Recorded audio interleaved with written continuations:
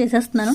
మాకు ఇది రెగ్యులర్గా ఉంటూ ఉండాలండి. కొంచెం కందిపప్పు ప్లస్ శనగపప్పు, ఆ పైన కొంచెం పెసరపప్పు, కొంచెం జీలకర్ర కూడా వేసేసానండి పచ్చిది. ఈ 3 వేయించేసాను, ప్లస్ మిరపకాయల తర్వాత వేయించాను. 3 మొత్తం అన్నీ కలిపి మిక్సీ ఆడేస్తాను అనమాట. కొంచెం లైట్గా పౌడరు బరకగా అనమాట. ఆ పైన కొంచెం సాల్ట్. ఈ పౌడరు మనం కందిపొడం మొత్తం 3 రకాల పప్పులతోటి వేసి కందిపొడం చేసుకున్నాను.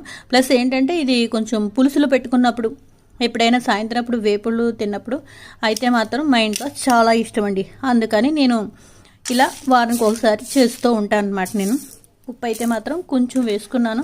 ఉప్పు తక్కువైతే వేసుకోవచ్చు, ఎక్కువైతే మాత్రం తీసుకోలేను. అందుకని ఈ విధంగా ఇప్పుడైతే మనం పౌడర్ ఆడేసుకుందాం.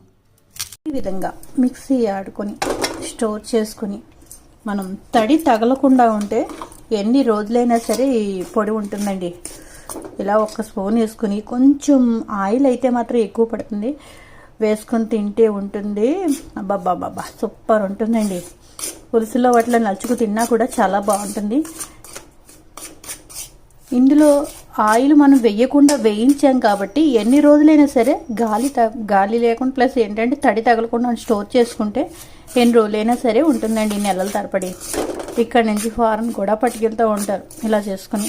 అక్కడ ఉండవు కదా ఇలాంటివి.